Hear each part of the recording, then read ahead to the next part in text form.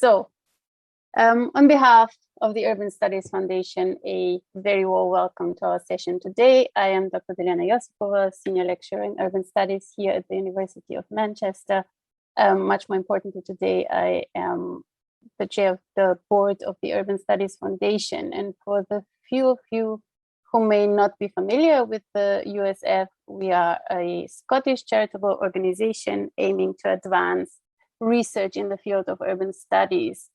We provide funding for individuals and institutions at the forefront of urban research around the world. And that includes our very well-known postdoctoral fellowships, international fellowships, seminar series grants, or ad hoc schemes, such as a recent call, for instance, for research proposals on the pandemic city that was just closed. I would encourage you to go and visit our website, urbanstudiesfoundation.org, and to have a look at our current and future schemes, as well as explore some of the work that our USF fellows are doing. Which of course brings me to why we are here today. I am very excited that we have 5 USF fellows, 6, and grantees here to present some of the pioneering work that we are supporting. When we first thought of this event, we were actually quite hopeful that the work presented here today may contribute to a plethora of activities and initiatives, all geared to shift the looming trajectories followed by contemporary urban development anywhere in the world. Now, as COP26 is drawing to a close, having achieved only minimal commitment and consensus among global leaders across all scales of governance and planning, achieved a far cry from what would have been needed to progress towards actual meaningful change in light of a very real climate emergency that is felt by many of us on a daily basis. Well, now I think we feel all a little bit less hopeful and a little bit less optimistic and a bit more desperate for our future and that of our children. In that sense, I appreciate that quite a few of you are here today, because it shows we are invested. It shows that we as urban researchers are committed to focusing on the environmental and climate challenges that stem from cities, challenges that sometimes can be addressed through urban interventions, that is, interventions into the spaces and mechanisms that make, sustain, and sometimes obliterate cities, and the many varied systems that are connected and contained or entangled with cities. So today we have 5 USF grantees who will offer quite radical responses to urgent questions such as, is urban resilience the final form of urban climate change adaptation? Should the urban as we know it survive climate change at all?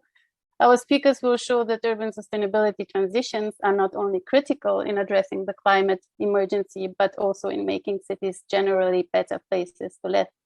That achieving equitable urban resilience is only possible by transforming public and private finance as we know it, that local politics and histories should play a critical role in the ways we think about and develop approaches to mitigating the impact of the climate emergency, that the neighborhood rather than the city may actually be best suited for climate interventions, and finally, that we may have reached the end of the urban age altogether, forcing us to radically rethink how we envision the future of the city.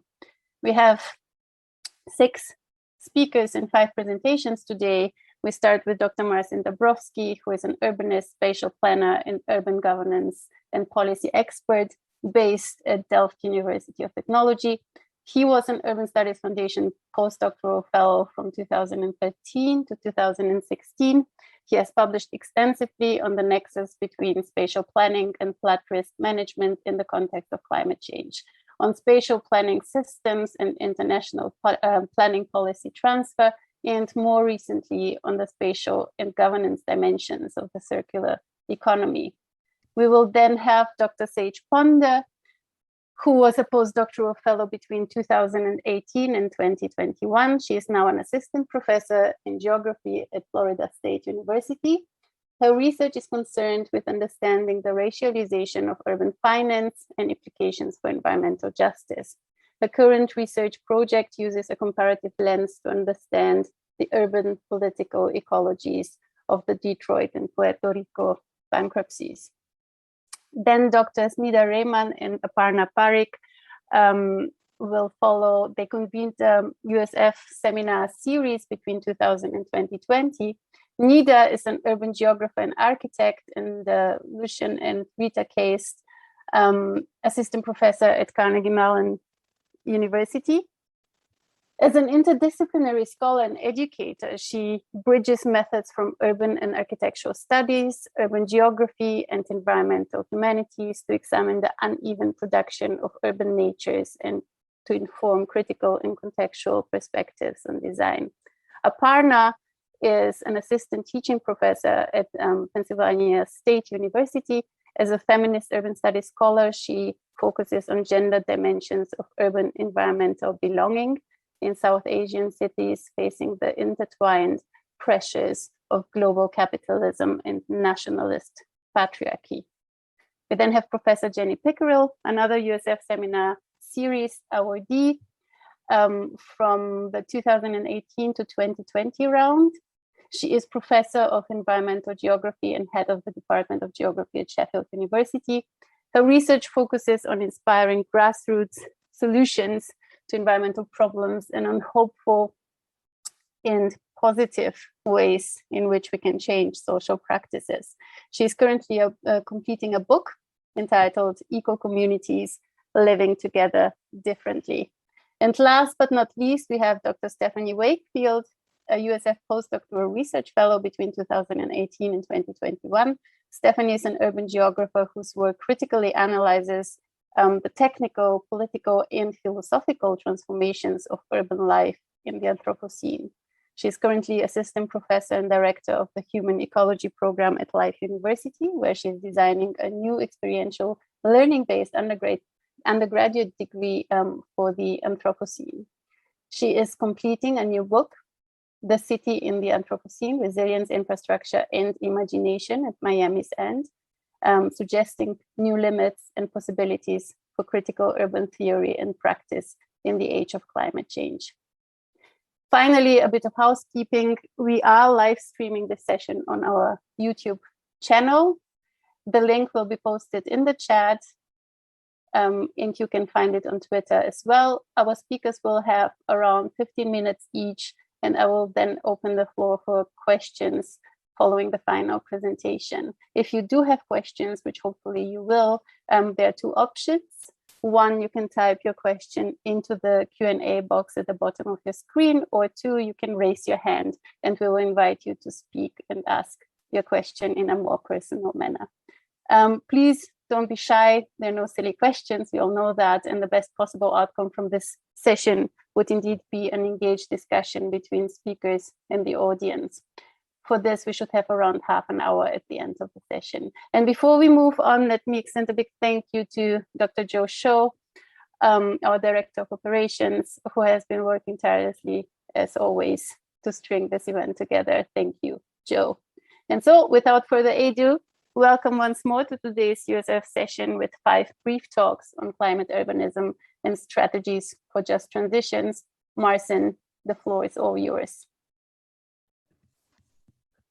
Thank you very much, Deljana. Good afternoon, everyone, or hello, if you are in a different time zone, perhaps. I hope you can see my screen. So yes, first of all, many thanks for having me. I am delighted to be part of this panel. So thank you to the Urban Studies Foundation for inviting me. And I'm, as I said, very pleased to be a co-panelist with this group of eminent and forward-thinking scholars, all related to the Urban Studies Foundation. So I would like to share with you a few ideas on the ways in which sustainability transitions in our cities can not only move us closer to, well, reducing the extent to which cities contribute to climate change, and to adapting to the impacts of that shift, but also could be synergized with efforts to make cities more inclusive, more livable. And in this talk, I will build partly on my own research, partly conducted as part of my Urban Studies Fellowship and after it, but also on a variety of other sources. So this is the outline of the talk. And let me begin with a few words about why cities matter. And maybe it's good that I'm the first speaker because I think it will introduce the topic a little bit, also for the others. So firstly, cities matter because they are possibly one of the main culprits of climate change. The global urban population is set to grow, as we know, and already at present, around 3/4 of global greenhouse gases emissions are produced in cities.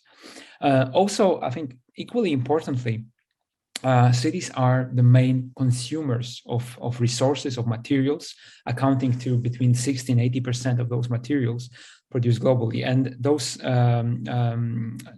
kind of variables are increasingly studied and considered when it comes to the discussion on circular economy.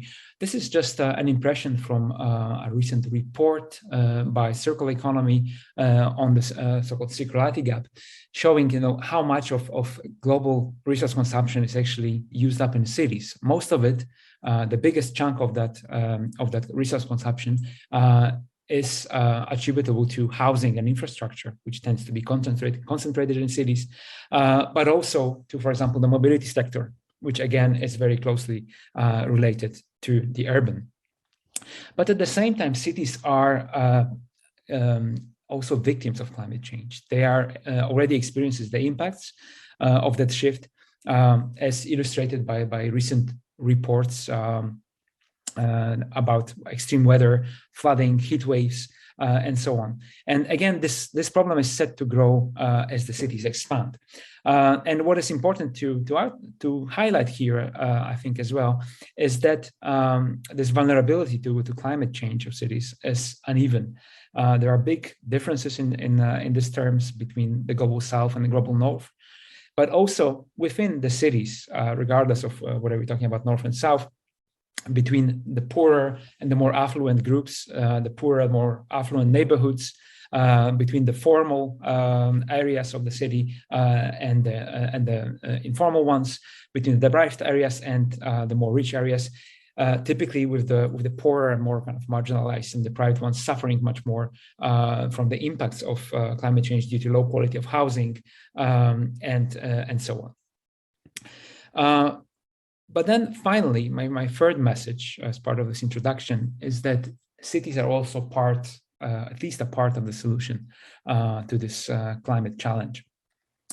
First, because cities are where experimentation for climate change adaptation and mitigation happens. City governments as well are less constrained and often more progressive than the central governments and are more free to and willing to take action on the climate.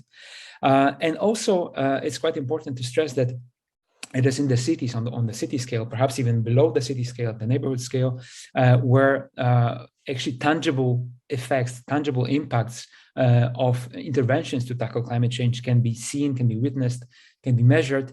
And that is also why there is more scope for meaningful engagement of citizens and diversity of other stakeholders in those actions. And finally, also in cities, particularly in the global south, there is more scope for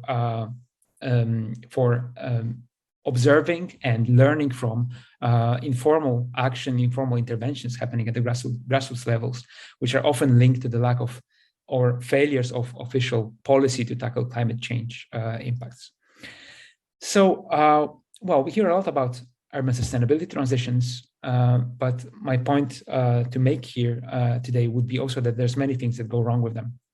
And let me overview some of those problems. First of them can be broadly summarized as too narrow focus of those transitions. So often they are limited to focusing on technological fixes, like, for example, introducing smart city technology or going towards electric cars and so on. But the point is that technology will not save us as such. It's not enough.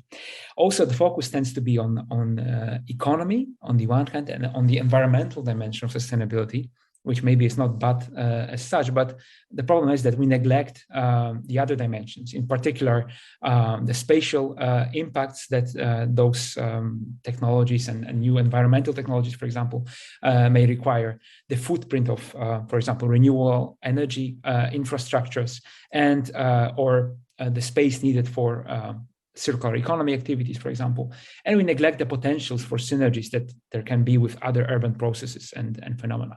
Some illustrations of that, for example, here you can see already from a few years ago an illustration of a system of industrial symbiosis, so part of kind of circular economy thinking, connecting different types of industrial activities, but without much consideration of space.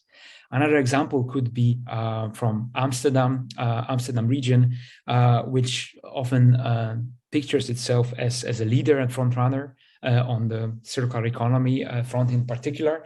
And in many ways it is a leader, but there are those lofty ambitions about moving towards circularity.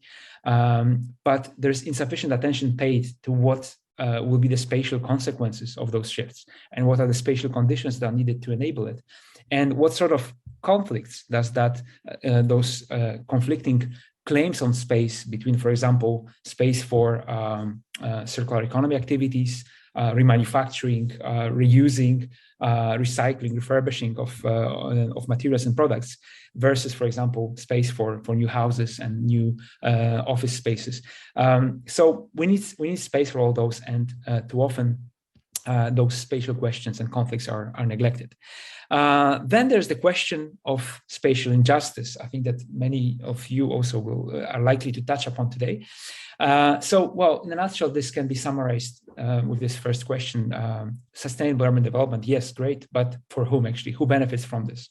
And often these questions are neglected, and as a result, we witness an uneven distribution of both the benefits and the burdens of urban sustainability transitions, with the poorer groups often on the losing side, but also with uneven engagement of different social groups in decision-making on urban sustainability. Again, with the poorer usually being excluded from that. And then ideas such as, for example, hedonistic sustainability, like those promoted by Bjarke Ingels' company, and with realizations of various projects across the world, they are certainly attractive and make an interesting point, but ultimately they are flawed in many ways. And sustainability remains often seen through the lens of profit and growth, which can lead to this exclusionary displacement and gentrification processes. Some quick examples of that. So this is what I already had mentioned just a moment ago. The big architects designed incinerator in Copenhagen, a very famous project, conceived as a kind of fun, sustainable solution. For example, where you can go for skiing on the rooftop of the incinerator.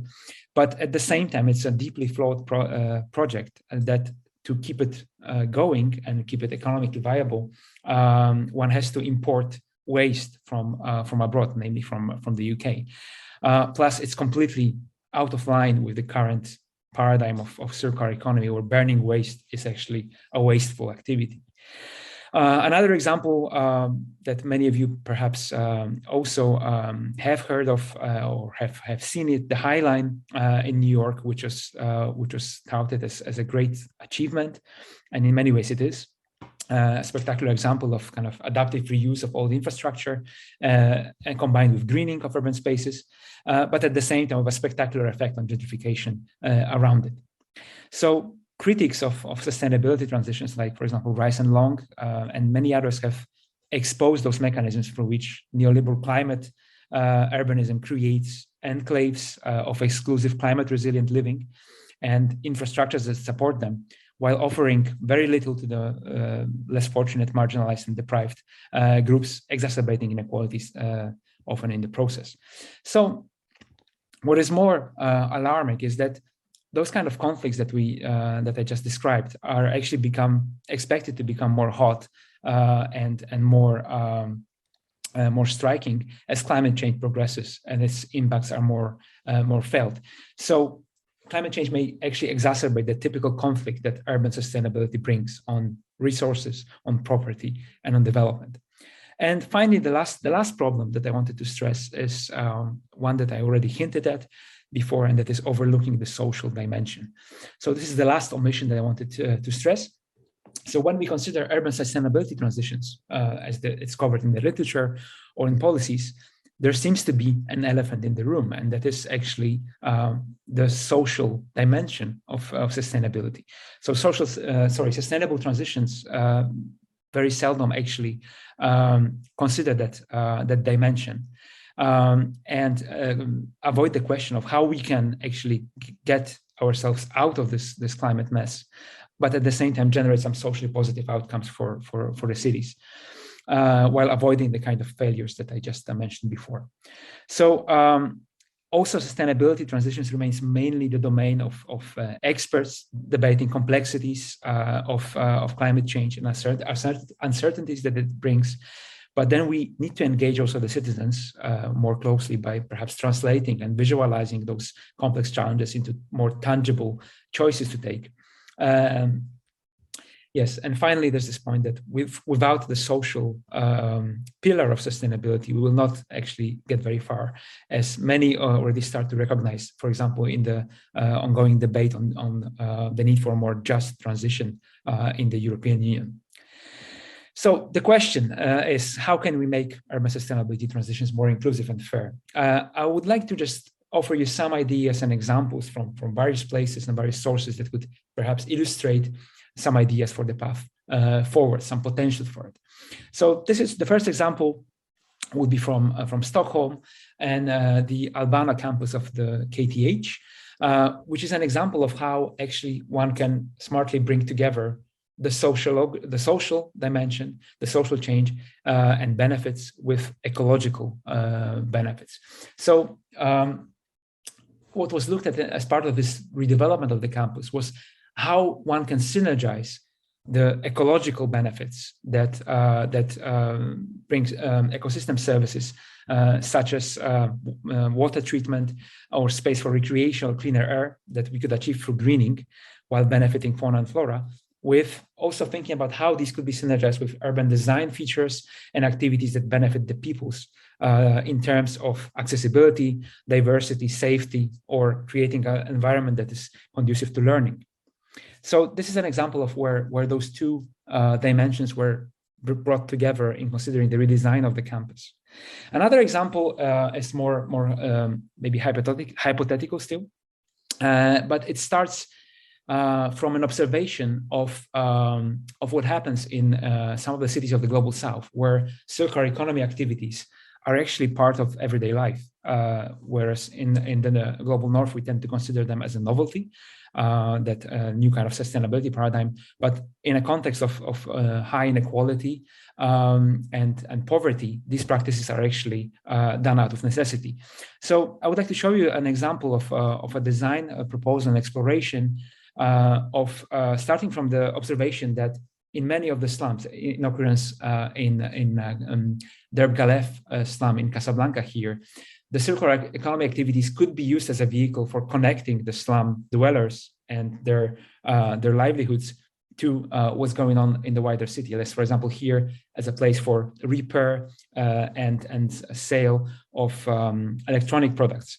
So on that basis, one could design urban strategies for integration of slums using the existing circular behaviors and activities that are done out of economic necessity to reconnect the slums perhaps to the formal city next door. Another example, perhaps the final one, because I'm running out of time, would be that of the Amsterdam's donut economy, which is proposed as a new model for thinking about sustainability in Amsterdam, building on Kate Rohr's ideas. So Amsterdam has developed this framework and a scheme also for monitoring progress towards a model of development which will be not going beyond the ecological ceiling, so kind of living within planetary boundaries, but at the same time building on a strong social foundation. So the idea is how to connect progress in terms of environmental sustainability with social one. So it is just a start. We'll see how this develops. but would be an interesting example.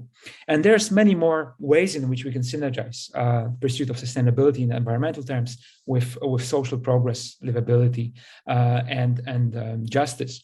So, for example, we can think of ways in which urban sustainability could be a driver of governance shift, a strategic glue between different activities for planning, so integrator of different actions, or perhaps even a chance for democratic renewal.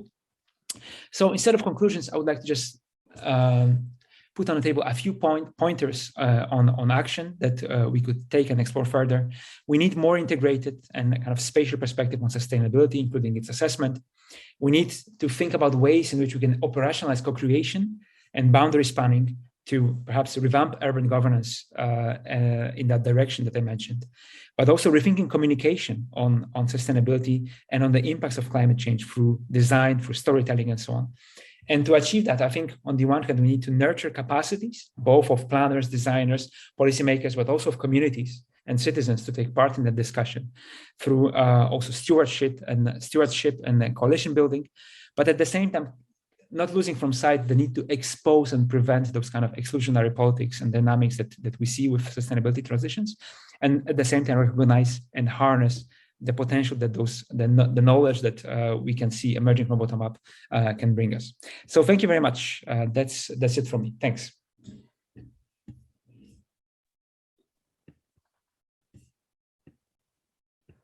Thank you, Marcin. Thanks very much. We move straight on to Sage. Sage, the floor is yours. Thank you so much. You can hear me just fine? Thumbs up? Yes. Perfect. Okay. Thank you.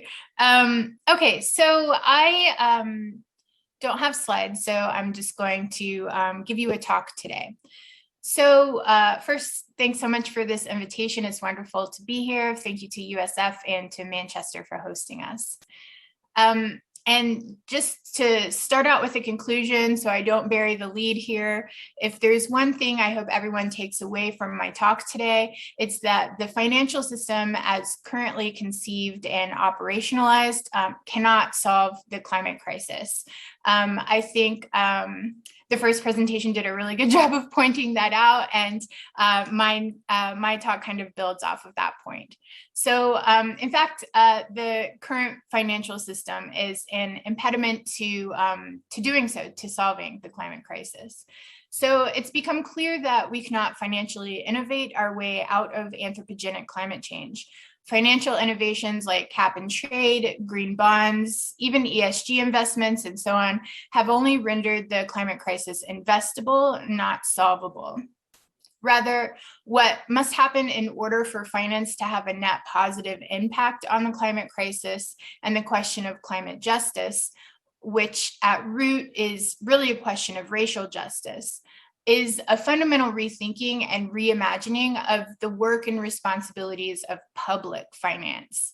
And in turn, by doing this, that will change the way private finance operates as well, necessarily. And I'm excited to report that a lot of this work has already started to happen. So that's the big takeaway. We've been trying to financially innovate our way out of the climate crisis for the past 2 or 3 decades, and using the same market-based neoliberal imaginary as always, depending on private sector methods of finance to figure out what to do, and it's just not working. At the same time, while all this has been going on, our understanding of the financial agency of state governments has become extremely constrained over the same time period. We've stopped thinking creatively about the distributional capacities and financial agency of public entities, and we stopped doing this about 40 years ago. Since then, the field of public finance in particular has become colonized by orthodox economic logics originating from the private sector. So public administrators being trained in public finance today are taught to evaluate and measure the so-called financial condition of public entities like cities, housing authorities, public utilities, and so on, using parameters that were first established by the private sector for profit-seeking businesses. This is how our public entities are being evaluated. And public finance protocols like assigning credit ratings to public entities, for example, cities, public utilities, and so on, are not designed to assess things like equity and resource distribution.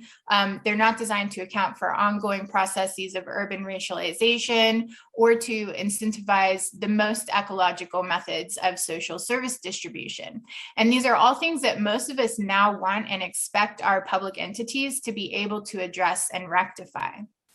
So in short, there needs to be a fundamental shift in how we conceive of the mechanisms, spatialities, relationalities, processes of public finance in order to work our way towards climate justice. So I'm going to go a little bit deeper now into what I mean by this, and especially how I'm thinking about the relationship between public and private finance. And before I do, I want to make sure I give a shout out to my co-authors of a forthcoming paper we have coming out in Progress in Human Geography on this topic of reimagining public finance. So there's a slew of us, so bear with me. We're all equal contributors, and in alphabetical order, my great thanks and acknowledgement to Marcin August at Waterloo in Canada, Dan Cohen at Queen's in Canada, Martin Danieluk at Nottingham in the UK, Amanda Cass at UIC in the US, and Emily Rosenman at Penn State in the US. So in this paper, we call for expanding conceptions of public finance so that public entities begin to play a more active role in reshaping geographies of inequality. In this presentation, I'm focused on the uneven impacts of the climate crisis, but in the paper, we also talk about lots of other things like pandemic bonds, national infrastructure banks, the municipal liquidity facility, and things like that. So we conceptualize the relationship between public and private finance as a dynamic interface that is currently characterized by four main aspects: asymmetrical power relations, path-dependent policy solutions, the depoliticization of markets, and uneven distributional impacts. And we contend that a reimagined theory and praxis of public finance can contribute to building abolitionist futures, including a future with climate justice for all. So just to get into this idea of the interface between public and private finance a little bit more, we understand it to be a set of socio-spatial linkages where the relationship between the public and private finance has become so blurred that these sites defy conventional categorizations of either public or private. So to help you imagine what we're talking about, one example is the US municipal bond market. It's a privately organized market for selling and purchasing the debt of public governmental entities. So like you can't really tell where the private market begins and the public entities end, right? So we argue that these points of interface between public and private financial sectors, like the municipal bond market, but actually which occur essentially anywhere in space and time, are characterized by the overwhelming dominance of private sector logics and interests.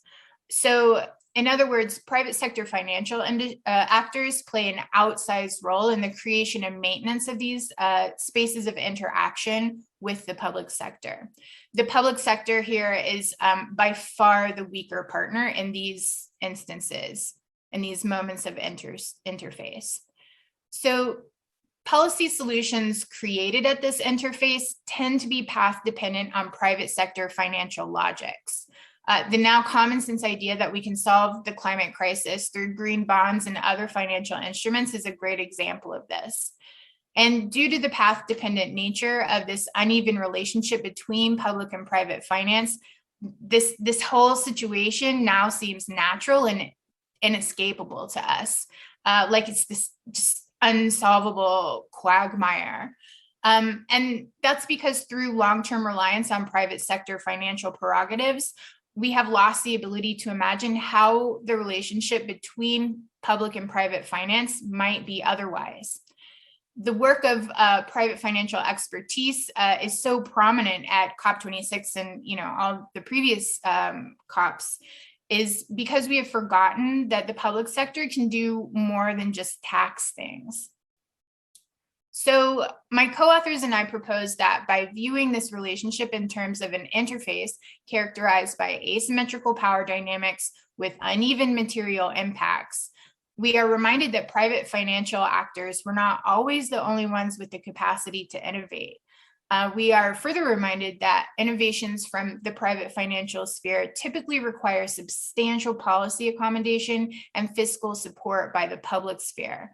And finally, we contend that the interface analytic helps us identify the geographical sites where the violence of private finance logics has devastated material public interest, not only in terms of resource distribution, but in terms of our capacity for collective survival, as we're seeing with the climate crisis, but also in terms of the financial response to the pandemic as well. So I know I only have a few minutes left, but I want to point out some alternative imaginaries of what public finance could be like and what it could achieve that are currently very nascent right now, but are gaining momentum, and focusing very quickly just on three: modern monetary theory, public banking, and re-municipalization. So modern monetary theory, or MMT, is a post-Keynesian economic theory that has what I think a great answer for the question all the rich nations are currently asking in response to suggestions that they shoulder the largest financial burden for moving away from fossil fuels. Oh, where are we going to get the money? We don't have any money for this. Who's going to pay for it? So MMT suggests that there's actually no real good reason for the separation between monetary and fiscal economic mechanisms, and that the interest rate is not at all the best tool for addressing inflation. Actually, taxes are.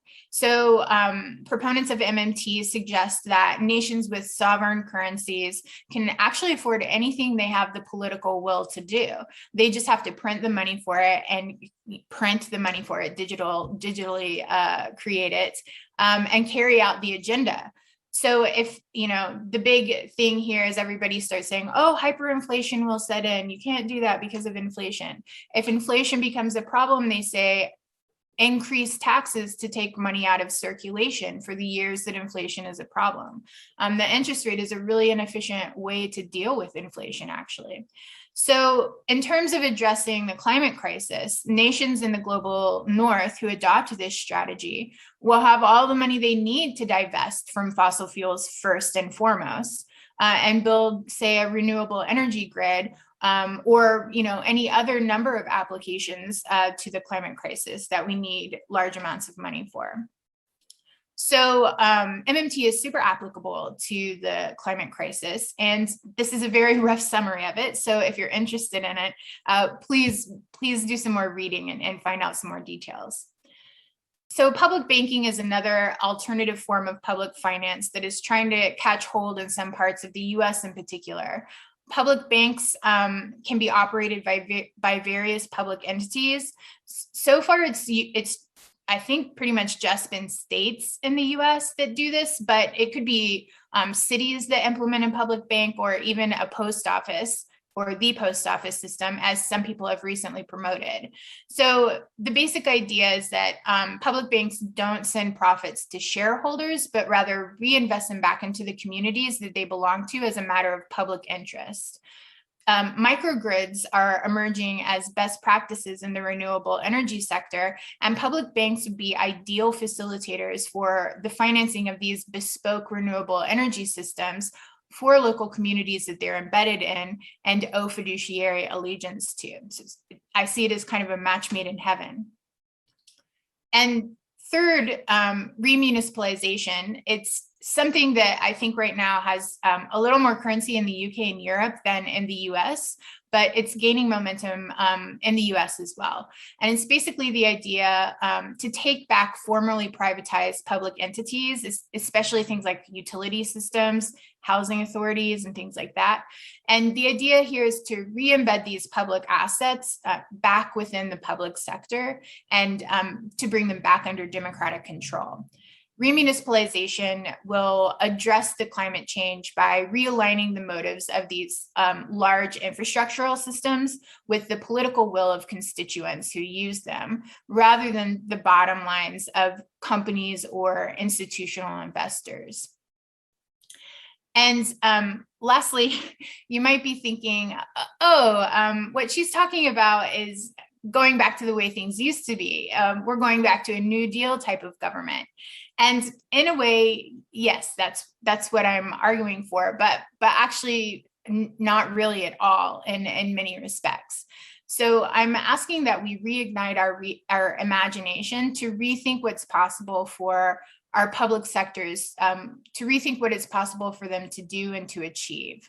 However, these newer movements in public finance are also aiming to go beyond this, this kind of old school return to New Deal politics, to recognize how government imaginaries of what's possible to do have historically been premised on deeply racialized and gendered logics.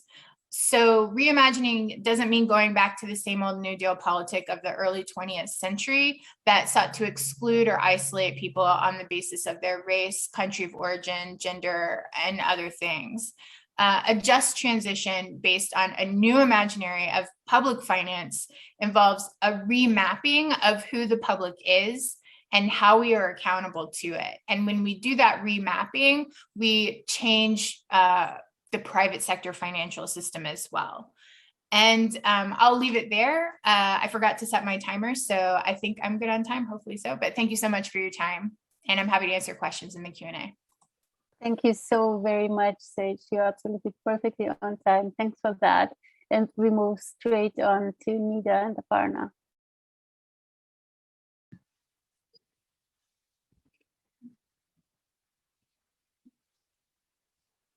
Please let me know if the slides are showing up on your end.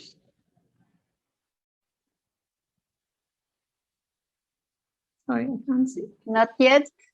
Not yet? One second. Not yet. And how are we now? Now, yeah. Okay, super. Getting there. Perfect. Great.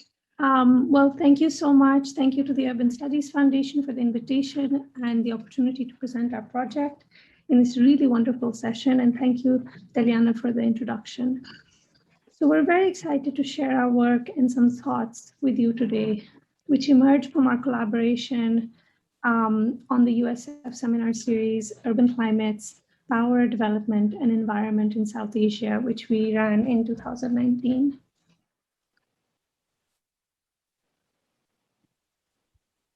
South Asia is widely recognized as one of the regions, most vulnerable to the effects of climate change.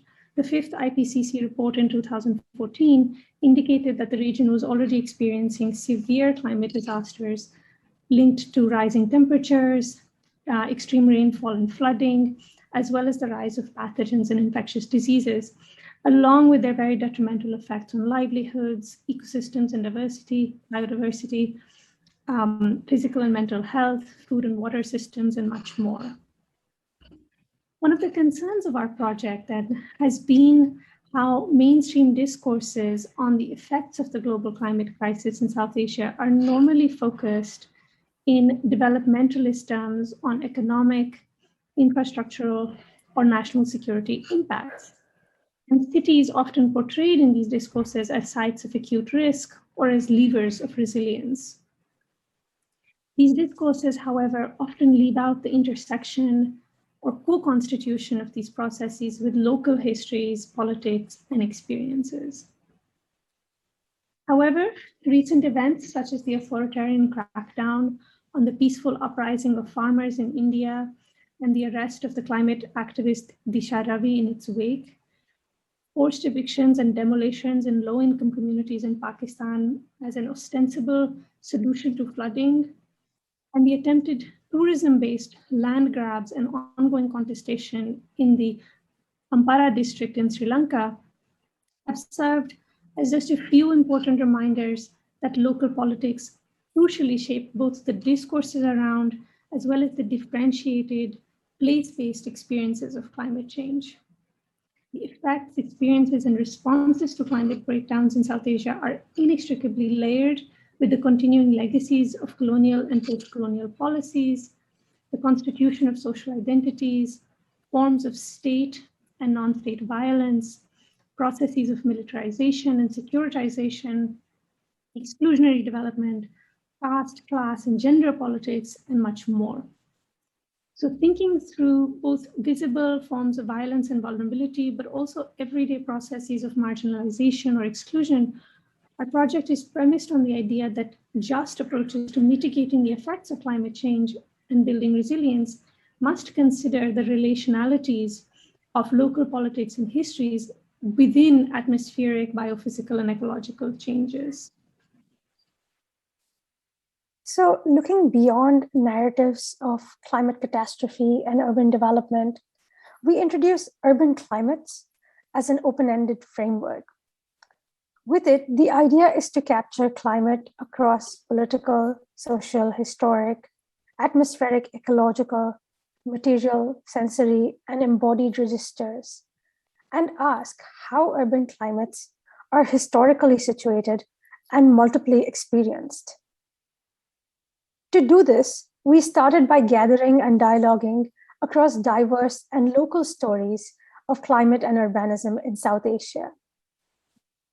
In the 3 meetings of the 2019 Urban Studies Foundation seminar series titled Urban Climates, Power, Development, and Environment in South Asia, we brought together an interdisciplinary group of urban scholars to share and dialogue across recent work looking at waste politics in Lahore, the materiality of groundwater in Chennai, the shipbreaking industry in Baluchistan, the Arabian Sea seen from the Mumbai coast, gendered infrastructures in Delhi, and much, much more.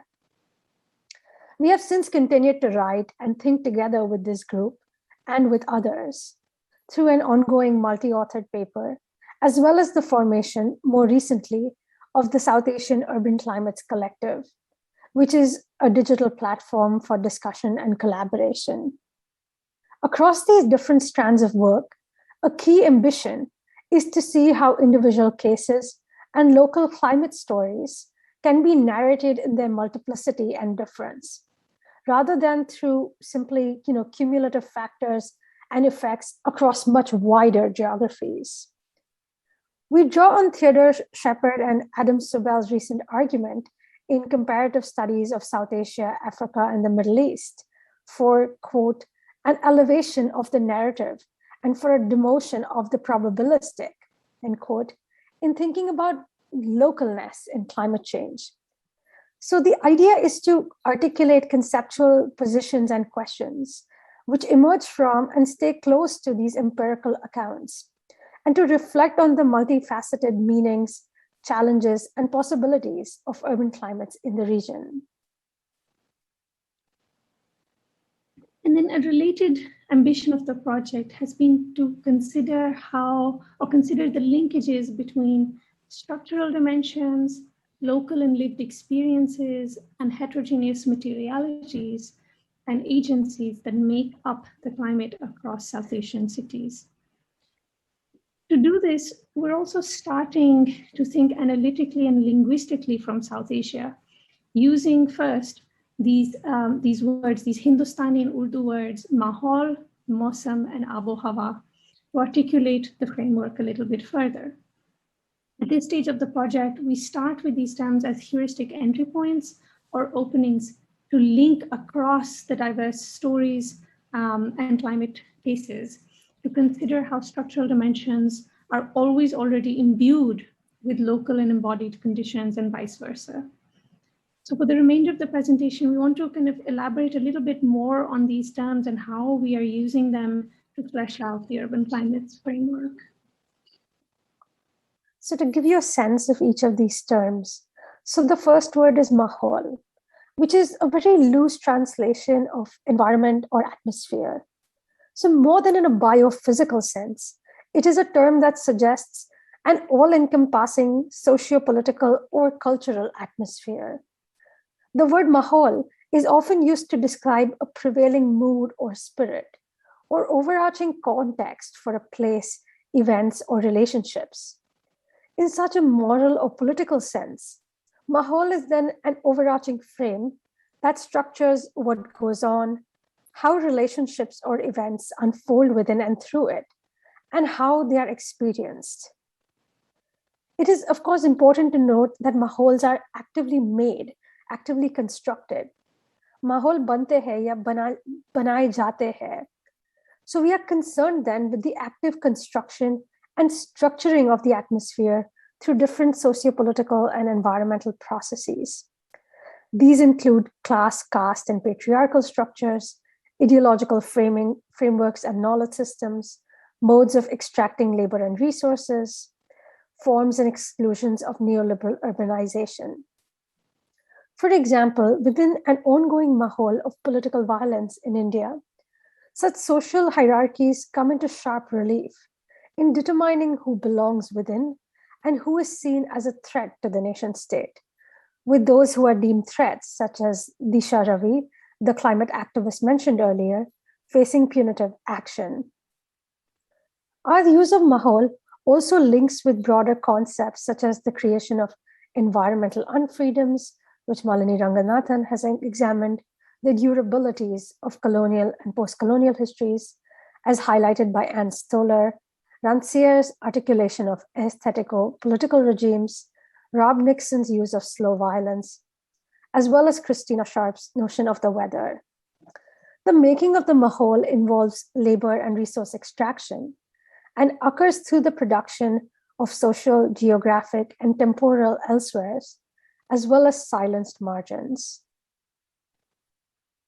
It is these margins and localized spaces where the mahal acts that we want to think about through the lens of Mausam.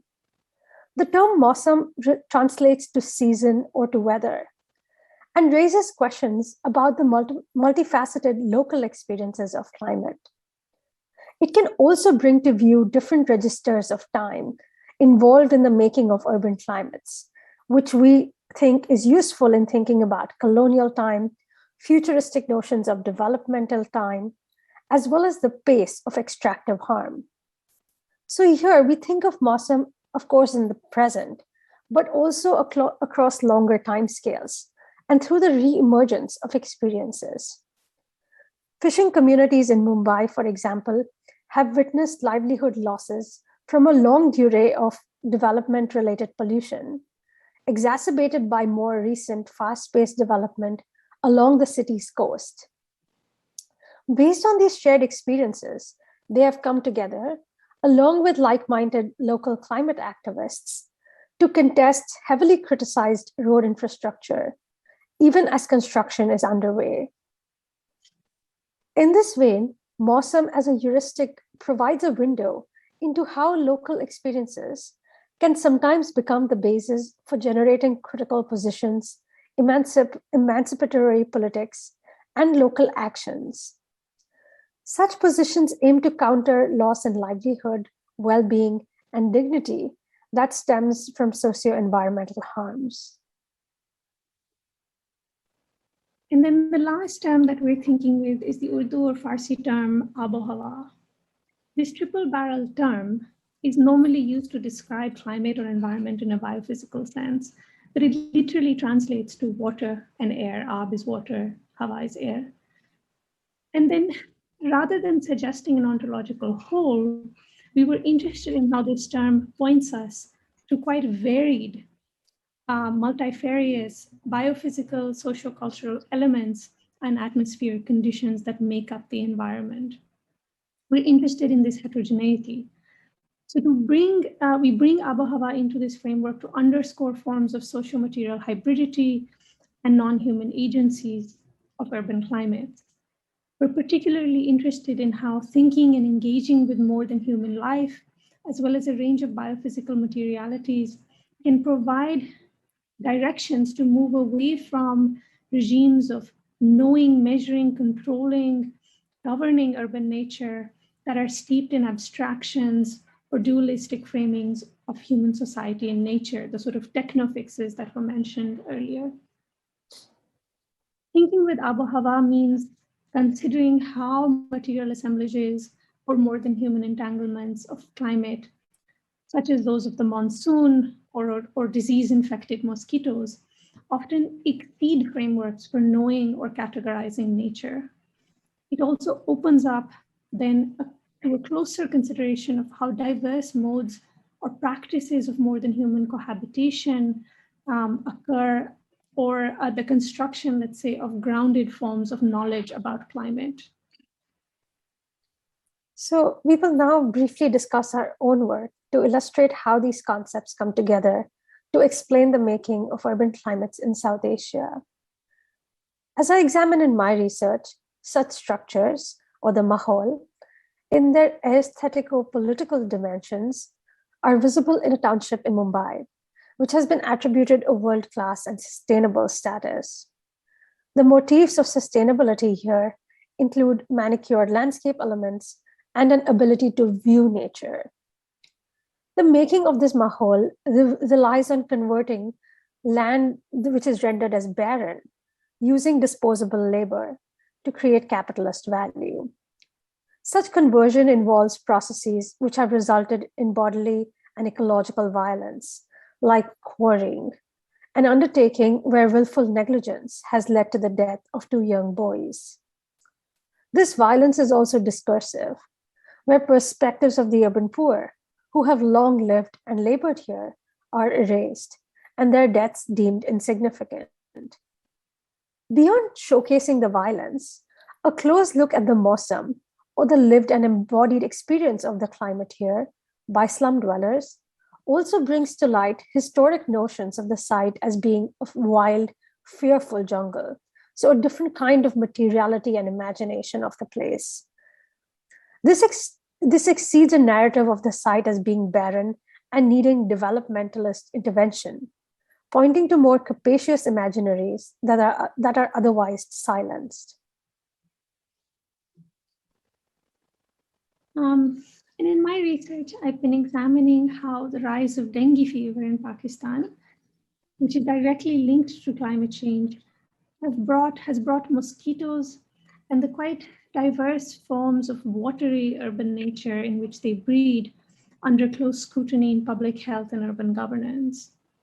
In the devastating outbreak of dengue fever in 2011 in Punjab, smartphone surveillance technologies and large squads of field workers were deployed to locate and destroy breeding grounds for Aedes mosquitoes. Amidst these very diverse microecologies of potted plants, stray tires, tree holes, air coolers, neglected water utensils, water tanks, and much more.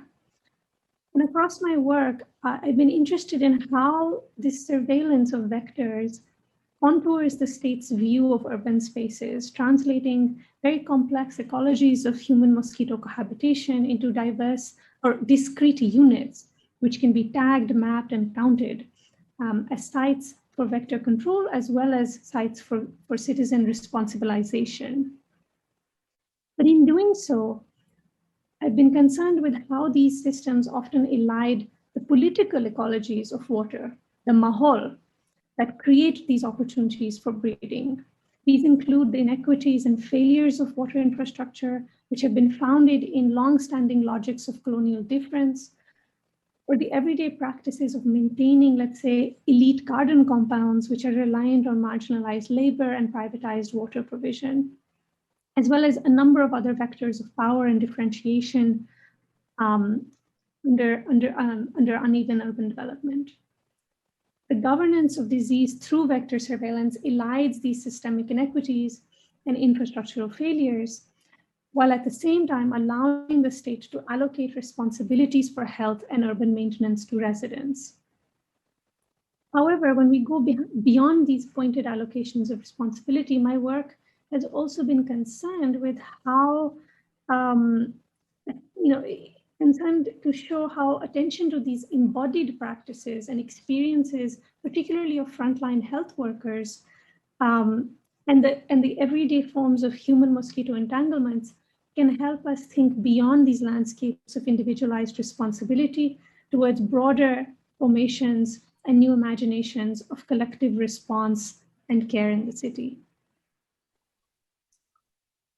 So, in conclusion, we suggest that addressing the discursive shortcomings and emergent environmental harms, signaled at the start of our presentation, necessitates a consideration of mahols, or the imbricated environmental, social, and political structures that shape how the urban climate is experienced within the local Mausam, and how it materializes through Hava, and their diverse entanglements.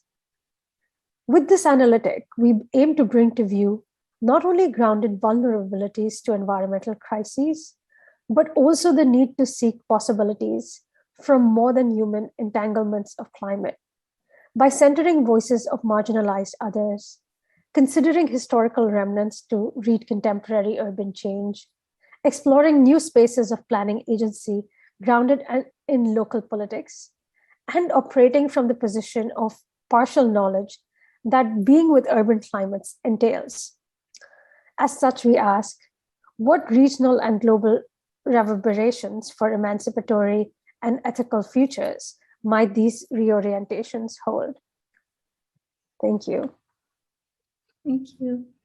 That was absolutely fascinating and beautiful. Thank you very, very much for this. Jenny, the floor is yours. Thank you. Just share my screen. Thank you. Yes, I want to talk about eco-communities as ways to radically transform our cities. And most of my examples are very much from the global north, so a bit of a contrast with some of the things we've heard so far. Eco-communities are permanent interventions to build and reshape the urban, a form of insurgent urbanism or climate urbanism. Sorry, just got to move that on. This talk explores climate urbanism through the ongoing work by activists to reconfigure the urban in radical ways. So producing radical versions of climate urbanism through changes in the materialities, practices and spaces of everyday life. So I'm going to use some examples from already existing urban eco-communities to demonstrate how such projects can promote lasting material, social and economic transformations. So it's the permanency of these transformations that I'm particularly interested in today. For many eco-communities, however, there are still gaps between their imagined politics and their realisation, particularly around racial exclusion and class exclusivity, and also contradictions around property ownership and affordability.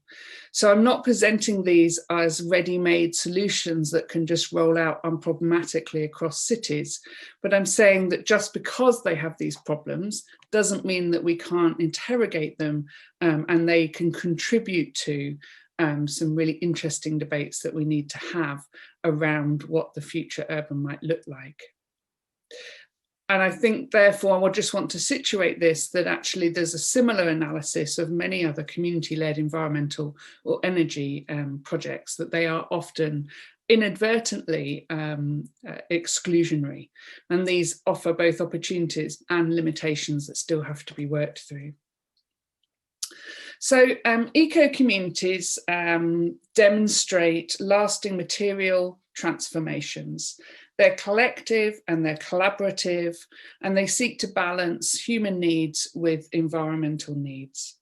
They're linked by common concerns for minimizing environmental impact, maximizing use of renewable energies and materials, self-provision, particularly food, and also seek to reshape social lives with an emphasis on mutual aid, sharing of spaces and resources, and an ethics of collectivity. So new forms of materiality here are used to purposely reshape the urban and social lives. It's not a technology-led intervention, as we heard from the first talk. So eco-communities are deliberately defined here in a broad way that encompass eco-villages, intentional communities, co-housing, and low-impact developments, among others. And I've deliberately used this term because I'm looking for the hopeful bits amongst all of those different examples. So eco-communities should be of interest to us for multiple reasons. First is that they're active, they're constantly evolving, and in that sense, they're deeply experimental. There's a huge emphasis on practice, putting things into action, trying things out. Obviously, eco-communities with the eco, they're deeply environmental.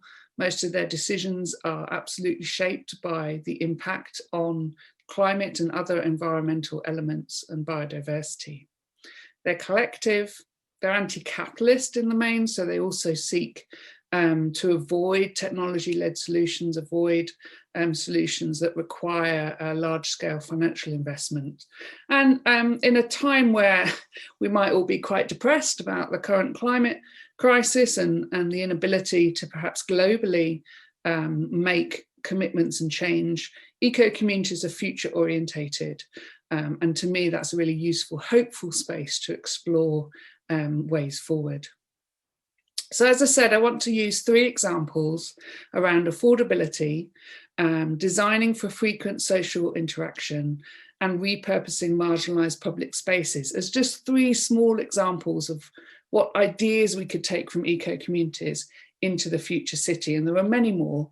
I just hope this is a kind of taster of what that looks like.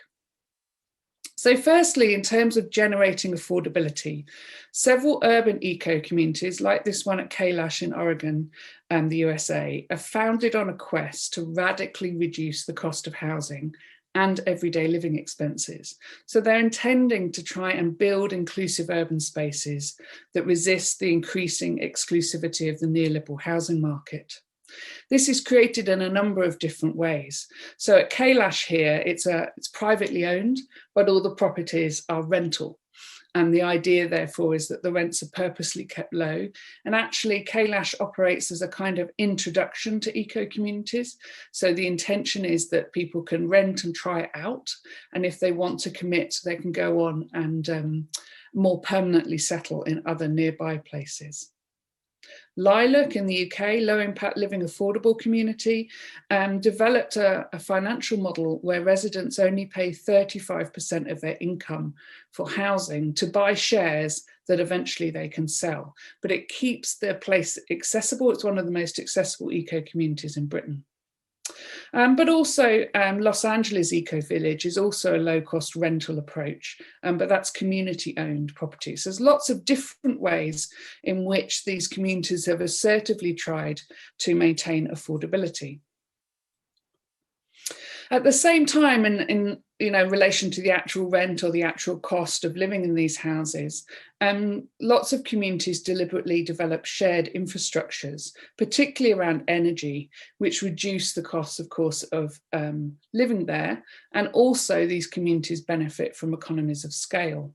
So a number of ways. This is an example on Lilac of how residents benefit from the sharing of this, in the sense that they all have slightly smaller than average home units, but they share the common infrastructures of laundry rooms, bike storage, cars, gardens, visitors' rooms, and entertaining space, and of tools and equipment. So rather than each have a house that might have a space for a guest to stay, there are communal guest rooms in the community. And rather than all have a washing machine, they of course share the laundry. And there's a really important social element to this affordability, where eco-communities like Lilac and Los Angeles Eco Village and Kailash share childcare, elder care, shopping errands, cooking, reducing the need for external paid services. So often when we talk about affordability, there's a real focus on the cost of rent or the cost of energy. But increasingly, of course, families struggle with the cost of childcare, with elder care, with literally looking after each other. And I think too often we don't talk about the cost of that care as well. So that also helps make these places more affordable in a broader sense. Secondly, these eco-communities designed for frequent social interaction. The emphasis is on formal and informal ways of sharing everyday life, reflects this attempt to design the materialities of their space to generate frequent interaction. So the houses deliberately look in, like here in Blue Co-housing in Tasmania, into shared space that's normally car-free, so that neighbours often see each other. They have their private spaces, but they also often interact. And that counters a tendency in the contemporary urban towards discrete, private, gated and exclusive spaces, where public space tends to be more prioritised for private motor vehicles. And of course, we have huge problems of loneliness and isolation that's been compounded by COVID-19. So most of the eco-communities that I've worked with restrict cars to the edges, design front doors to face each other, and carve these narrow walkways between homes. Of course, the spaces in between are also great for children to play in, or as you can see here, chickens. So whatever it is that you need some space for, it doesn't have to be in a private garden space, it becomes much more shared. And in that sense, as we can see here in Spring Hill and Stroud, private gardens are limited, and instead shared garden space is designed to encourage community building and generating a social practice of mutual interdependence. And there's a lot more sharing therefore going on, but again, returning to the issue of care, that enables people to put in different elements and amounts of time and energy depending in their own situation. And then the third example I'd like to talk about is repurposing marginalized public urban spaces. And this is an example of Peninsula Park Commons in Oregon, USA again, where eco-communities seek to transform the urban beyond their properties, not just about the spaces they're creating, but they seek to rework the urban more broadly. So many host and enable urban social justice and environmental activism, but they also literally reclaim and repurpose the spaces in between private properties and public and wasteland places. So here you can see they've spilled over into the sidewalks or pavements, as I would call them, building planters on public land for growing vegetables, herbs and flowers, a form perhaps that we used to call guerrilla gardening, a bit more formalized now in that they've actually built very much built the raised beds themselves. Lilacs allocated some of their land for allotments for the local community and green space to share with surrounding communities. And Los Angeles Eco Village have sort of tried to reclaim the roads in front of them. Obviously, LA is well known for prioritizing the car. So the community lobbied for traffic calming bulb outs to slow the cars, and for sidewalk vegetation to be food production spaces. So actually, instead of no vegetation, these are now fruit growing trees rather than ornamental. So urban space here is reclaimed not just for food production, although of course building on lots of food movements, but to reassert the importance of roads for pedestrians, for walking, for cycling, for playing, not just cars. And the practices of resident-driven placemaking, this painting, these chalking intersections, the building of benches, the book sharing stalls, and even tea making stations have really kind of seized the opportunities offered by COVID-19 as well to contribute to broader quests to reclaim urban spaces for everyday mundane interaction and play. So to me, these are three very small, but global, actually, if you're looking for examples, elements of how eco-community practices are seeking to change the urban. I did mention, however, that of course there are problems. These aren't perfect examples of transformation. This is a recent picture of an eco-community meeting, and I think that we might agree that that's really quite a white cohort. So while eco-communities are seeking these permanent and lasting shifts in the city, and many of their interventions are no less radical than demands for social justice and environmental activism, their permanency requires them to negotiate and navigate and at times compromise. So I said the ideals are there, their vision, their intentions, but actually putting it into practice has led to some very visible contradictions. In part, some of this is about having to deal with finances and with capital, of engaging in property ownership, of navigating regional government through planning processes, of complying with building regulations, to concerns about thefts and personal security and safety, leading some to be less accessible than initially planned. So there are often gaps between the imagined, the intent, and the realization of these radical projects. For example, at Lilac, the original plan was that the playground would be open to all kids in the community. But before they'd even moved in, lots of things were being stolen. And so actually by the time the community moved into their homes, they'd become quite worried about theft and personal security, and it's not now as open as they had initially planned. So there's a problem with some of these existing examples of eco-communities in cities in that they're not socially inclusive. They have an intent to be diverse, but most struggle to achieve this in practice. And unfortunately, they too often end up becoming secure, exclusionary retreat spaces for the white advantaged middle class. Crucially, this isn't a problem of affordability. So I've detailed how these spaces are affordable. Rather, these projects tend to lack racial or class diversity. And this happens because this lack of diversity, while noted and sometimes anguished over, is not understood as a structural problem of belonging, identity, racism, and justice. Instead, and there's an important story from Ithaca Eco-Village in USA, despite being large and near a large, diverse metropolitan city, the fact that it was quite a white community was articulated by existing members as a failure of affordability.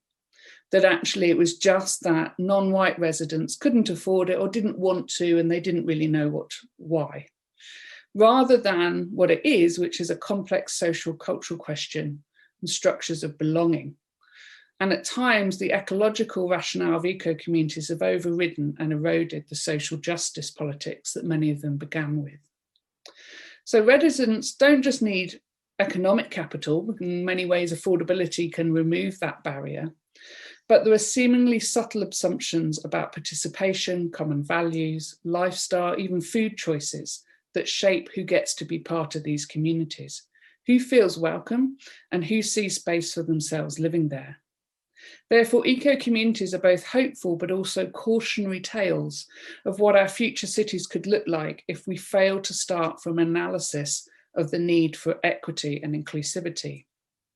Eco-communities need to start acknowledging their own structural privilege, particularly their whiteness. And this requires a commitment to become assertively anti-racist, for example, by joining Black-led initiatives, reflecting on their own practices, tackling structural racism as central to their projects. So when we're asking what our cities need to be, we must also start from a clear vision of who we're creating these cities for. And eco-communities can have a worrying tendency to entrench rather than ameliorate existing inequalities in a similar way to other forms of climate urbanism. And so race and class require much further interrogation here. And there's a real gap in how that's been reflected on in eco-communities so far. So just to summarize, eco-communities are actively intervening in the urban through new forms of materiality and social practices. They seek to reconfigure affordability, how we interact, sharing infrastructure and resources, and also public spaces and their uses. And I do remain hopeful that there's great promise in these projects, especially in their continued experimentation and innovation. But we also always need to center and interrogate inequalities and exclusions within these apparently radical versions of climate urbanism. So I guess what I'm saying is just because they appear to be radical and left-wing, let's not make assumptions about what they are achieving. But there are really important ways in which we could design, build and live in our cities differently here. And here I want to just end with kind of 6 points that we could do to ensure that we center social diversity in these projects. The first is to work with citizen-led, community-based initiatives. Too often eco-communities come in from the outside and create a particular vision without engaging with what's already there. So the second one is to work from the ground up. And I see increasingly some hopeful examples where it's much more based in existing communities rather than outsiders coming in. So that leads on to number 3, where we need to make careful acknowledgement of what land has been previously used for, informally as well as formally. So some communities have seen a kind of green space in a city and thought that would be a great place to build, and have failed to acknowledge that that green space was used informally by all sorts of the existing population, and then a surprise when people don't want a new community built there. Fourth, to start from an anti-racist position and put that into the practice. I think really crucially for today, it's to acknowledge that social systems of sharing are just as important as physical infrastructures. It's the same argument that we can't be saved by technology, but these eco-communities demonstrate that those social systems can work and are just as powerful as inventing new ways of building eco-houses. And 6, as a geographer, I would always say this: build from the specifics of place.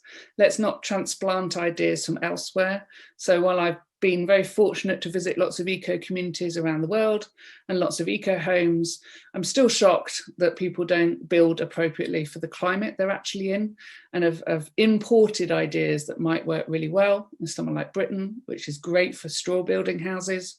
But if you build that in southern Spain, you're going to have a too hot house.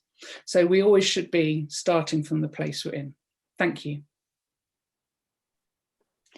Thanks so very much, Jenny. I've got burning questions, but I guess I will have to contain myself here.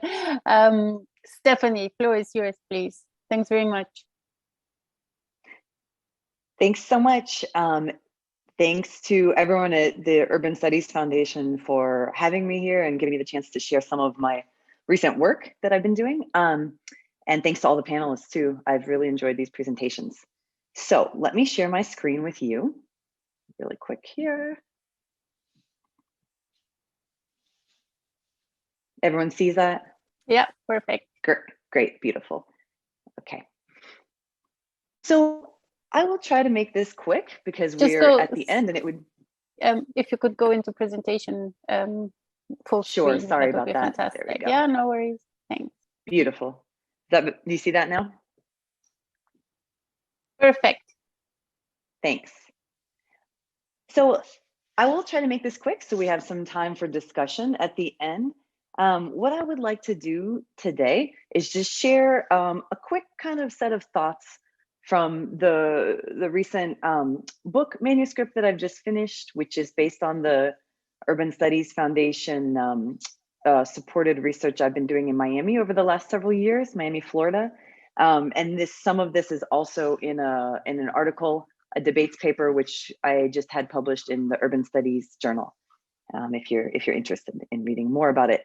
And so the book and the project that I've been working on, they're sort of based around 2 key questions.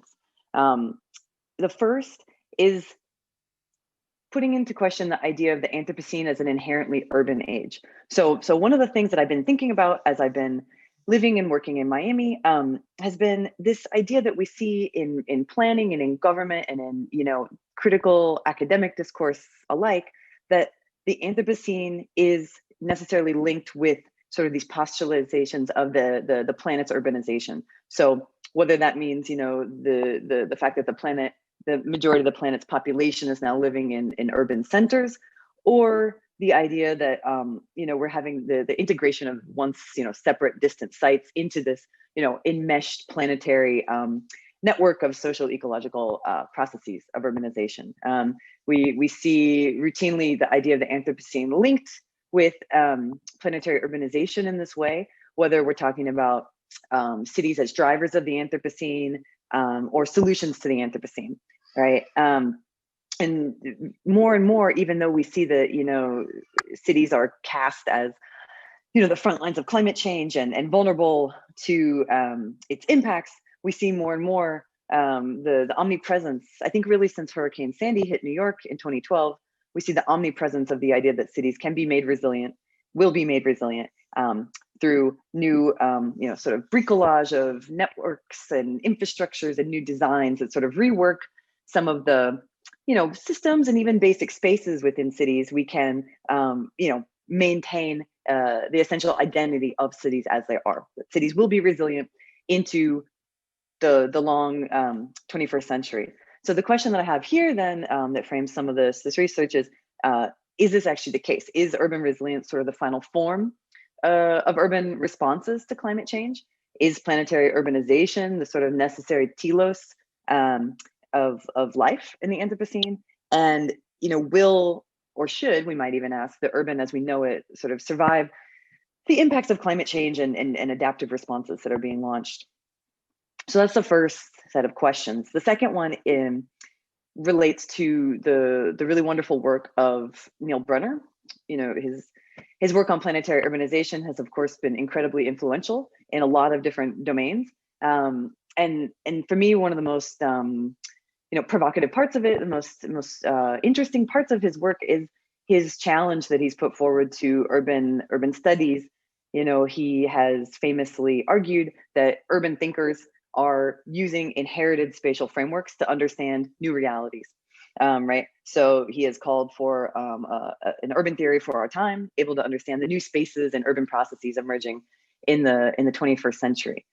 And this call that we need sort of new models for new realities is omnipresent really in Anthropocene critical thinking and design and so on, but we haven't really seen as much investigation of the new sort of spatial forms and processes in urban contexts that are being produced both by climate change and adaptive responses to it. So what are these sort of new spaces of the Anthropocene has been another question that I've been asking in Miami. So Miami, you know, if we can just situate it really quickly here, is of course a very densely developed urban place at the southeastern tip of Florida here, the United States, surrounded by ocean all around.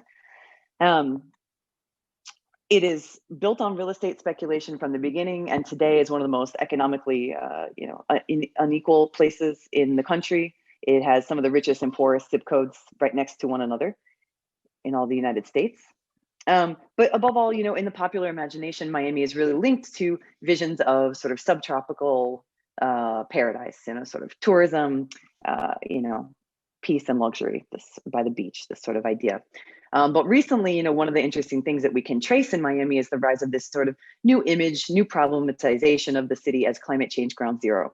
Like a lot of the other cities that the other panelists were talking about, Miami is now seen as, you know, sea rise front lines in the United States, because it's not only already experiencing flooding from sea rise during king tides, where water comes up through the porous ground and the drains, as well as the coast, but also, you know, and so we're seeing images like this of, you know, an octopus getting flooded into a parking garage and tourists walking through water. But it's also seen as climate change ground zero in the sense that it's been recast as sort of this climate change front lines and a first responder. So for experimental resiliency designs to, you know, keep Miami forever, as sort of the one of the resiliency bonds is named. So there have been a lot of very high profile attempts by you know, politicians and designers to build resilience in the city. And these are interesting in and of themselves because they are productive of new urban spaces that are reworking some of the different you know, traditional lines between, let's say, humans and nature in the city. Some of these are a little bit more traditional. So here in this image, you see former Miami Beach Mayor Levine, who jump-started the Miami Beach Rising Above project, which is a series of new pumping systems and elevated roadways and sidewalks to deal with sea rise in Miami Beach. So they've been building out a lot of these in Miami Beach, certain areas, as you can see it a little bit better here, raising the roads about 2 feet above a lot of the restaurants and residences. And this has produced a host of problems in and of itself. And one of the things that has come from it is the new pumping systems have ended up creating large pollution areas in the Biscayne Bay nearby. So there's a lot of conflict around these. And you know, so that's an interesting new just sort of site in and of itself. And the vision is of ultimately elevating all of Miami Beach at some point. But that design is only for the next 30 or 40 years of sea rise.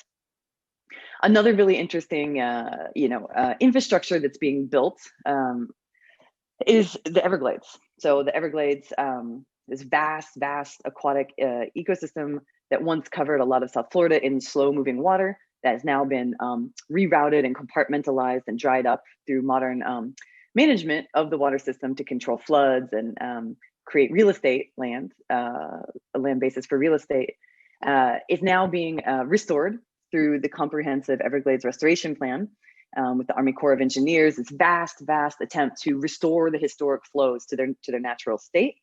And the hope for this is through this massive new engineering process that allows water to flow, right, rather than blocking it. The hope is that water, that fresh water pressure, will push back on saltwater intrusion into the aquifers, which provide all the drinking water for the urban areas in South Florida and Miami, and which are right below the surface, right? So saltwater, this is one of the biggest threats that many see to the city's resilience, the intrusion of saltwater into freshwater drinking supply. So the seawater is coming in like this, contaminating wells and forcing them to be moved further and further west towards the Everglades, which sits on the other side of Miami, on the western side of Miami. So the hope is to use that water, that fresh water, to push back the salt water, and then in that sense, protect the urban drinking water supply. So this is a very interesting, rethinking of the Everglades, which is already a very famous, beloved ecosystem, not just in terms of being a valuable, ecological treasure to conserve, but as an ecological infrastructure that is valuable for the services that it provides to the city and to urban systems. So this is a bringing of the Everglades system into Miami as sort of an infrastructural stack connected with drinking water supply and other urban systems, because without water, without drinking water, no city, right? So this is an interesting project unto itself. And there are a lot of other resiliency projects and designs going on all across the city, in the Miami-Dade County, and the sort of vision, like with urban resilience, more broadly speaking, the vision is of these interconnected, different site-specific infrastructures together creating the possibility of a resilient city, right? So together through nature as infrastructure, social people as infrastructure, gray technological infrastructure, we can maintain the basic geographical contours of the city as we know it, right? So this is sort of the dream and the vision of urban resilience. In Miami, as well as in cities like New York and worldwide, right? This is the model the Rockefeller Foundation has really pioneered and has been sort of disseminated broadly. Yeah, and it's a very interesting model because we hear it so often, and it's sort of assumed that it can be done. It's often comes across as sort of the limit of what is possible for cities in the Anthropocene, that no matter how much the water rises, no matter how strong the storms get, how frequent the storms and the flooding get, cities can somehow maintain their basic geographies and coastlines and so forth, right? But what's very interesting in Miami, and you see in Miami, there's a whole new round of speculation going on alongside this vision of resilience, with the attempt of the Miami Mayor Suarez to make it the new sort of Silicon Valley and bring a lot of tech investment there and make it a Bitcoin capital of the United States. And so this is an interesting phenomenon that kind of adds to this idea that, yeah, there's an assumption that Miami can be resilient going into the future. But in Miami, there are a lot of new questions being posed also. And in a sense, I think we might think about these as posing potential limits to urban resilience. Since the rise of resilience as sort of a governmental dispositif for neoliberal regimes, since we've seen that rise, we've seen a lot of criticism of resilience, of course, right? On politics, subjectivities, and so on. But this is different. I think what we're starting to see is this positing of material limits to resilience in places like Miami. So one of these is the fact that flooding continues, is increasing. And these are some images from just last week of flooding that was occurring in Miami and South Florida due to a combination of heavy rainstorm, and high king tides, which were occurring at the time. So there was a lot of flooding in condo parking garages, which are often underground, which also poses potential building stability questions as well. So there are, very, very often cited projections of Miami's sea rise future, with even 2 degrees Celsius global temperature increase by 2100. You can see here on the left, the whole of the area will experience significant and frequent, if not permanent, flooding. And if we go beyond that, we see a lot more. And so what you hear often in Miami, if you talk to designers, scientists, politicians, people just living there, right? That you hear over and over and over again that Miami is doomed. There are projections that there's no way that given current conditions of things, with these infrastructures that are currently being built only for the next 30 to 40 years, that by 2100 that the area will be habitable at all. And this is just repeated frequently over and over and over, even though there's a lot of time and energy and work put into maintaining the city's image as able to be resilient, able to maintain real estate markets, tourism, and ensure confidence, right? So, but when you actually speak to people, this is not what is believed. And this is partially because Miami is unique. It's not like other cities. It sits on porous limestone foundation, which means that the water comes up from under the ground, through the drains, and so on, not just from coast. So you can't build a seawall. This is one of the main reasons that you hear Miami is doing. If you can't build a wall, Miami, New York, of course, maybe is a city that they'll never let go, right? They'll never let New York die if they can help it. There will be walls, there will be fortifications, but Miami doesn't have that option. So this is a material, environmental, geological limit that's often spoken about. So what we've started to see is the rise of a new set of proposals that are discussed often for what to do about this fact. So again, if you speak with scientists and planners, you often hear this idea that the only way you will have large-scale habitation of this area by 2100 is by transforming it into something like the islands of South Florida, which has not been formulated very coherently or publicly by many of the people who talk about this idea. But one former politician, Tom Gustafson, he was the former Speaker of the Florida House of Representatives. He has been making some presentations on the idea, and essentially what he envisions is the need to kind of bulldoze the existing city completely and turn it into fill to create these elevated large islands with 5 large towers, condo towers on them, linked by new bridges, fully delinked from global infrastructural networks. And there are many different ways to interpret such a vision, right? Of course, and it's whether it would even be possible is another question that we might ask.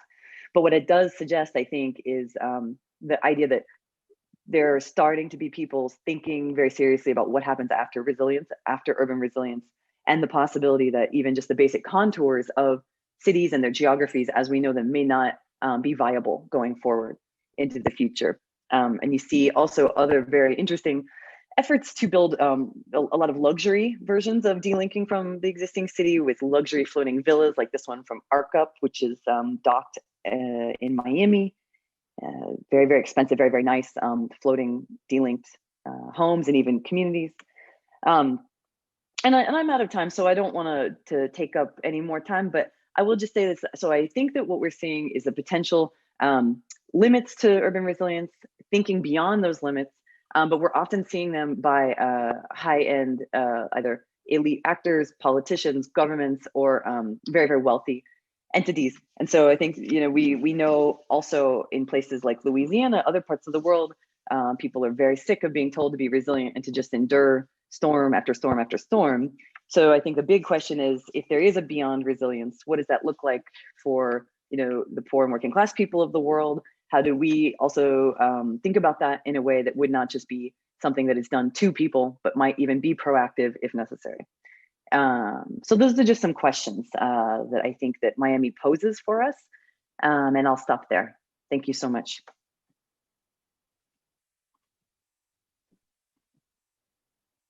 Wow, thank you very, very much to all 6 presenters and for all 5 presentations. Can I remind everyone, you can either raise your hand if you want to ask a question, or you can just put it in the Q&A box. And whilst you do that, I think as diverse as these talks were, they were also very much, they had very much in common and spoke to each other in fantastic and unexpected ways. So what I noticed with Marcin's talk, for instance, I found very interesting how there was a big we in his presentation at the end. It was almost a manifesto towards doing something, but to me it remained unclear who precisely this we may be. And then Sage complicated that further with her elaborations on public and private, and the complications that are brought in with notions of monetary and financial entanglements and so on. I really enjoyed Nida and Aparna's presentation, because that really reminded us again how important it is to pay attention to alternative ways, well, not alternative, but core ways of looking at the world that are not completely dominated by Western perspectives and Western ways of thinking about the climate and what that may mean in terms of action and agency as well. And then Jenny's talk, which I will have a question about in just 1 second, but I thought was also quite interesting, particularly being followed by Stephanie's elaboration on what is happening in Miami at the moment and what kind of discourse emerges there. If I may therefore ask my first question, Jenny, I grew up in Bulgaria under communism, and many of the things that you presented are just what we lived and what was part of the lived experience in the everyday, be it elder care, child care, sharing infrastructure, sharing guest rooms, this culture of sharing, talking to each other, and of course, or working with each other. And of course, with the transition, not just in familiar, well, communist countries here in Europe, but also further far, the transition, all of that was wiped away in no time and replaced by the kind of individualist capitalist culture that we are familiar with. So I wonder, whilst I do appreciate those kind of eco-community initiatives in the global north, that again, I think are have very much in common with historical developments in the global east and what we see in many, many places in the global south. I wonder just how scalable that is, particularly taking into account the complications that Sage and Marcin and Stephanie and Aparna and Nida spoke about. How scalable is that? How realistic is it to actually transform this into something that can be a larger scale, that can show real impact in our contemporary current situation? Yes, thank you. And that's always a classic question, I think, that's rightly asked of all these, because they always operate on quite a small scale. And I haven't got a perfect answer because I think the way that I look at it is in the same way that we look at all anti-capitalist kind of interventions, which is that hopefully it's not about the individual scaling up, but how we connect those different practices across places and kind of network those possibilities of doing things differently.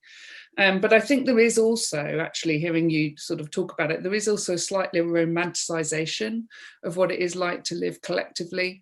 And the reality, one of the things I like working with these communities is actually in those everyday mundane practices where doing it is much harder than it sounds. And some people really struggle with that. So there is a turnover, and other people find ways to make it work for them. And I'm particularly interested in that everyday lived experience, precisely because it's really quite hard to do. And there have been some really interesting changes over time. So, you know, in the 70s or even in the 90s, a lot of the eco communities in Britain were very focused on being quite deep green and everything had to be done manually without fossil fuels. And more recently, I'm more hopeful because they're a bit more pragmatic, and they're not as assertive about you can't do this if you want to live here. A bit more, we've got to just find our way. And so there will be disagreements in how we do that. I was hopeful for a bit during some of the COVID lockdowns that we might have understood what mutual aid was. But now I see that eroding away quite rapidly, and certainly in Britain being replaced with a particular level of selfishness and individualization that wasn't as intense before. So while I really want to be hopeful, and I do see possibilities, I would never suggest that eco-communities are the answer on their own. I see them as one form of intervention amongst all the other brilliant examples that we've talked about today that might help, might offer some hopefulness, but would never work just on their own. Thanks. Marcin, you wanted to add something. Yes, thank you. Just continuing from your question to Jenny, Deljana, I was wondering when also listening to Jenny, whether those eco-communities, those examples, whether this kind of solutions could also work in high density context, or do they actually require this kind of low density, perhaps suburban context? Yes, thank you. Some of the examples I'm quite interested in are in high density urban contexts, but not as much as a full tower block. Christie Walk in Adelaide is sort of 3 stories and then has a 4 or 5 story element of it. So it's not all about, and I think that's the urban example's excitement, it's not all about a rural idyll at all. And I think that the possibilities are that instead they are taking quite marginal land and doing what they can there, even if it means compromising a bit. But certainly, for example, in Australia, they've put more of the gardens on the roofs because there isn't the space on the ground. So in Los Angeles Eco Village, they have a small shared garden, but their beehives are on the roofs. So it's sort of a, no, it's not a perfect example in some of the massive cities that I know that urban scholars tend to work in. But then I am, again, I suppose, interested in the everyday, smaller, maybe just average cities that I do see there are spaces for these things. And in Australia, there's some really interesting co-housing projects in places like Melbourne and Sydney and Adelaide as a result. If I may just jump in, I guess when you were presenting your work, I was thinking about spaces that don't stem from the same intentionality, but certainly have the same characteristics in terms of shared infrastructure, which often stems from lack.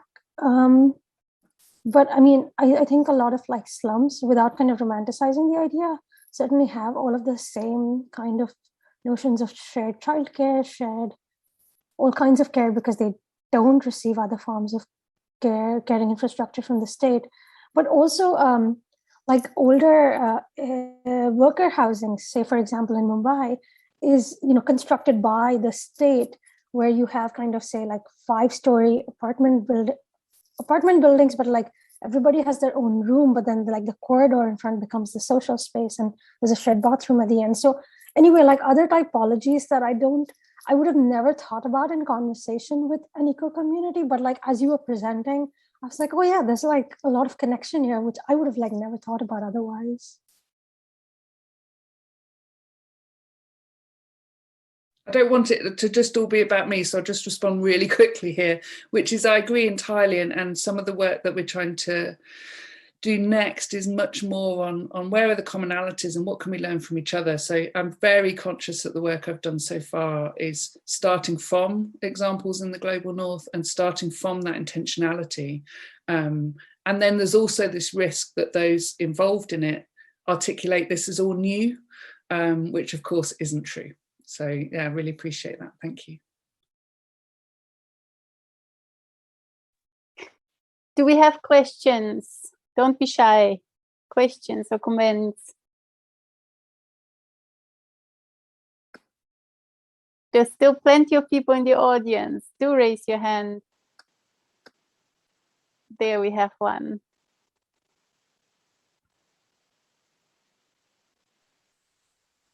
Hello. Go ahead. Yes, I'm Din from UCL. I'm joining you from Manila, and I just wanted to say that this webinar is worth staying up late for, so thanks all. My question is for Stephanie. I've recently encountered more disruptive definitions of resilience, particularly as generating regime shifts. So when viewed from this perspective, resilience would repudiate the more common understanding of it as promoting the notion of just bouncing back after disasters. So I was wondering if you could weigh in on that, and how, and I was also wondering what you think this adopting this view of resilience could mean for the for the way that we study cities and disasters? Thanks.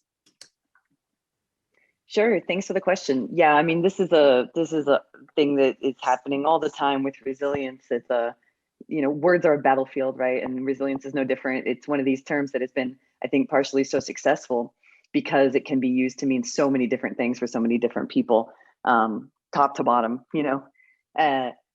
Yeah, and I think for, even within the sort of design and governmental communities, the idea that resilience means bouncing back has been sort of supplanted by an idea of resilience as bouncing forward. This idea that you use crisis to, recalibrate and come forward better, right? With, improved systems and so on. And for other people, it may, for people who are, trying to do something very, very different, communities that are maybe trying to go in a very different direction in the future, resilience might mean completely transforming all the systems that govern life. Resilience, maybe that's the only possible real resilience, right? I think one perspective would say the only real future resilience is by totally transforming the economic, political, technical systems that we live within, from top to bottom. And I think one of the things that's really kind of interesting is to see how over the last years, as resilience has really risen to dominance and ubiquity in all the different fields, where urban futures are being, planned and designed, is that we've seen, I think, a lot of people in ecology, ecosystem, socio-ecological systems thinking start to push probably the boundaries that they even were working within in the beginning. By that, I mean, I think you're seeing so many systems thinkers, designers, and planners getting really frustrated with the way resilience has become this sort of, new way of accumulating more profit and ensuring that the status quo gets shored up. I mean, I have spoken with some of the people in ecology who were part of founding the resilience paradigm, and they say that themselves. They say this is not what we meant, and this is pushing a lot of ecologists and social ecological systems thinkers to say that we need transformation fundamentally, and that's the only possible, resilience that there is, even from within the thinking about resilience itself. And I find that trajectory to be very interesting, and I would like to see it go way further in the future.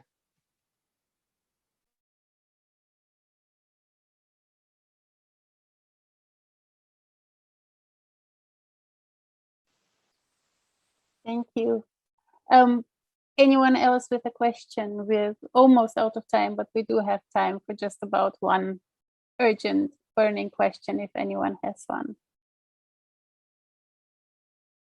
If not, then I will just have one very quick one for Aparna and Nida about how you decided to zoom in on precisely that set of notions, and if you're planning on expanding them and really making it into a kind of, well, I don't know what to call it, lexicon of urban climate from the South.